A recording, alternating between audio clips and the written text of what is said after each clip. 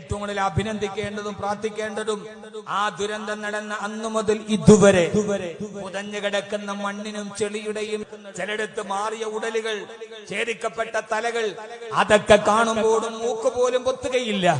തങ്ങളുടെ കയ്യിലെടുക്കുന്ന മുണ്ടെടുത്തിട്ട് അതിനെ പുതപ്പിച്ച് അതിന്റെ ഇടയിൽ നിന്ന് താങ്ങിയെടുത്ത് അതിനെ കൊണ്ടുവന്ന് സംസ്കരിക്കുന്ന ജീവൻ രക്ഷാ പ്രവർത്തകരുണ്ട്.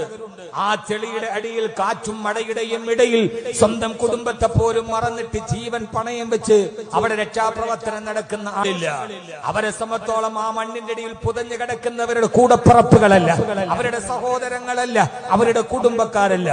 എങ്കിലും മനുഷ്യത്വം എന്ന ലോകത്തിലെ ഏറ്റവും വലിയ ഒരു ബന്ധത്തിന്റെ പേരിൽ ആ പുതഞ്ഞു കിടക്കുന്ന ചെളിയുടെ ഇടയിൽ ഇനിയെങ്കിലും ഒരു ജീവൻ കിട്ടിയാലോ എന്നോർത്ത് നിരാശപ്പെടുമ്പോഴും GPRSന്റെ സംവിധാനം പരാജയപ്പെടുമ്പോഴും മണം പിടിക്കുന്ന നായ്ക്കളും പരാജയപ്പെടുമ്പോഴും ഇല്ല, അവസാനത്തെ മൃതദേഹവും തിരിച്ചെടുക്കാതെ ഞങ്ങൾ പിന്മാറില്ലെന്ന് പറഞ്ഞ് പ്രതീക്ഷയോടെ ആ ചെളിയുടെ ഉള്ളിൽ ഒരു ജീവന് വേണ്ടി, ഒരു ശരീരത്തിന് വേണ്ടി കാത്തിരിക്കുന്നവർ, ദിവസങ്ങളായി ഭക്ഷണത്തോട് പോലും മാറി നിന്നവർ, കുടുംബത്തോട് മാറി നിന്നവർ, അവരാണ് ഈ കേരളത്തിന്റെ ഏറ്റവും വലിയ അഭിമാനം.